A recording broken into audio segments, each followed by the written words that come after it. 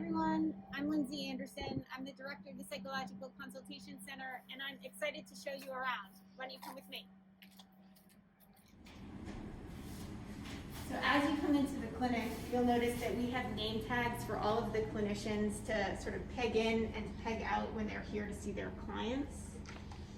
And then just around the corner, we typically have what we call a little coffee bar. It has a Keurig and all sorts of amenities for coffee and tea, mostly for our clients, but it is available and accessible for clinicians to use, in their sort of day-to-day roamings around the clinic and around the lower part of this particular building. We work really hard to keep the clinic sort of a peaceful and calm space. Much of our furniture isn't here right now because of COVID-19. We've been asked to keep things fairly sparse. But oftentimes, or most of the time, we have couches and very comfortable chairs here for our clients to sit in when they arrive for their appointments and while they're waiting for their clinicians to come and get them. We also have Sherry Taylor, who is our office administrator and sort of maverick of all things PCC. Yes, welcome to the PCC. I'm Sherry Taylor. My office is back here. As you come in, I'm around the corner. And I take care of all the administrative needs here in the clinic. So certainly if you have any questions or need any help, I'm right around the corner. So down this hallway is where all of our therapy rooms are. We have 2 office spaces for clinicians to do their documentation, to make their phone calls to clients. We have a filing cabinet where we keep sort of paperwork and other administrivia for clinicians to sort of store things in. And the 2 rooms are pretty much identical. Both have computers. There's a printer, a telephone, really trying to make the space as user-friendly for clinicians as possible while they're in the clinic. So down this hallway, we have 4 individual therapy rooms. Each one, under normal circumstances, has a couch and 2 comfortable chairs to sit in.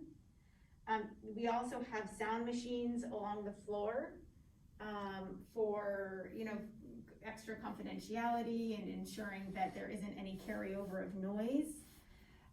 In each one of our therapy rooms, we typically have a computer that sits on a table that's right here. And we have these one-way mirrors that allow for real-time observation by supervisors and peers. And we use these fairly heavily to ensure that we're providing excellent care to our clients, but also that we're providing excellent training for our clinicians. On this side of the hallway, we have 2 family rooms. So these are larger therapeutic spaces where we do work with children, where we do family sessions, where we might have couples appointments. These rooms look fairly similar to the individual therapy rooms, except they're larger. Each one has a whiteboard on the wall that allows clinicians and clients to do some sort of active brainstorming together. And typically, again, in non-COVID worlds, we have a large couch on this wall and 2 comfortable chairs and a computer. Currently, this room is being used for in-person assessments, which we are still doing.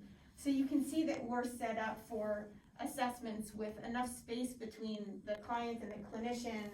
There's a fan, there are several fans, and we have an air purifier to try and make sure that this continues to be a safe space even during COVID.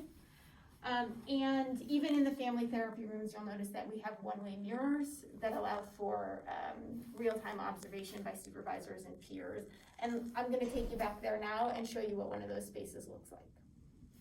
So this is one of our observation rooms. You'll notice that the observation rooms sort of run together, so we have more than one observation bay next to each other. And this one looks out directly into one of our family rooms. We have the light on in the family room so you can sort of see through the one-way mirror a little bit. Typically, we do not turn the overhead lights in these observation rooms on so that we can make sure that people in the therapy spaces can't see us back here in the observation room.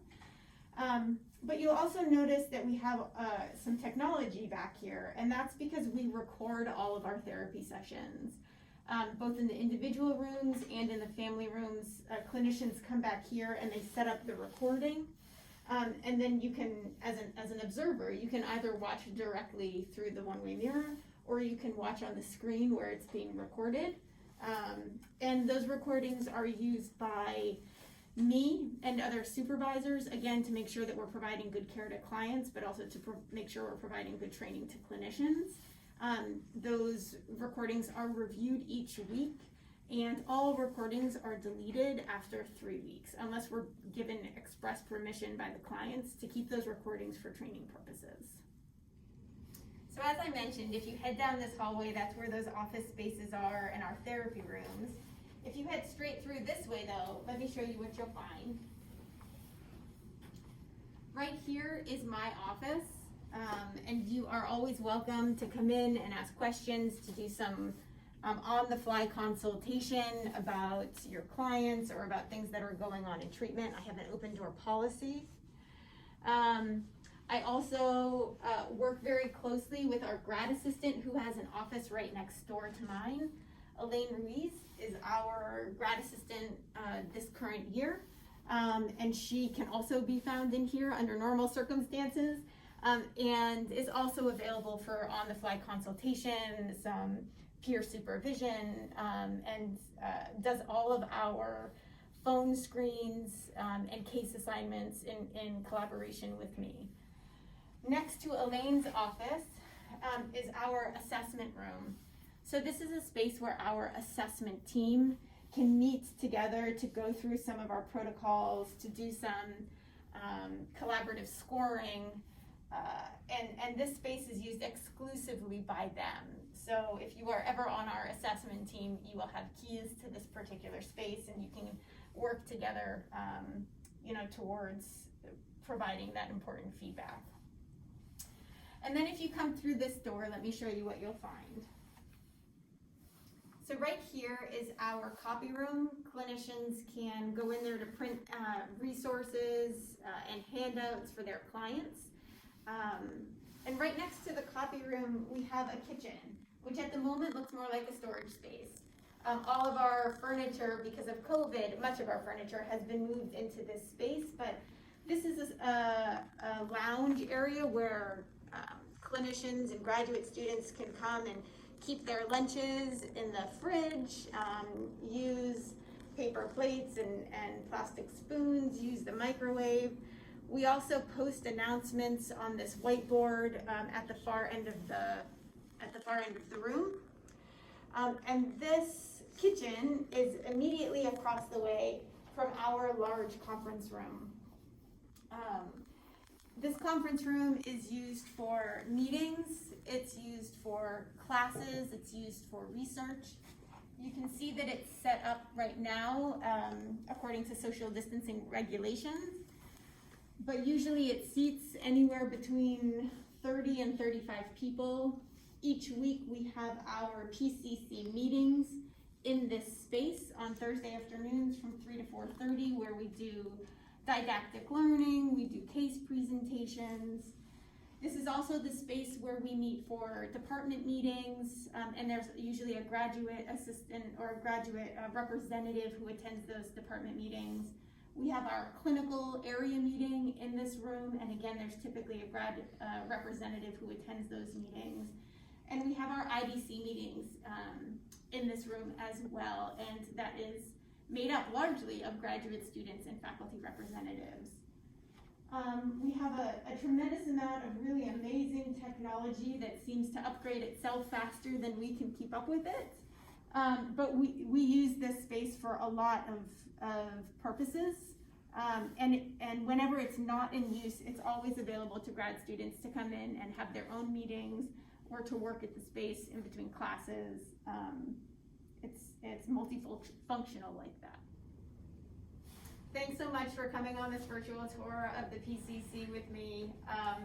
It is a poor substitution for having you here in real life, and we will really look forward to having you join our team and join our practica and join our program in the fall of 2021. Thanks so much. We'll talk to you soon.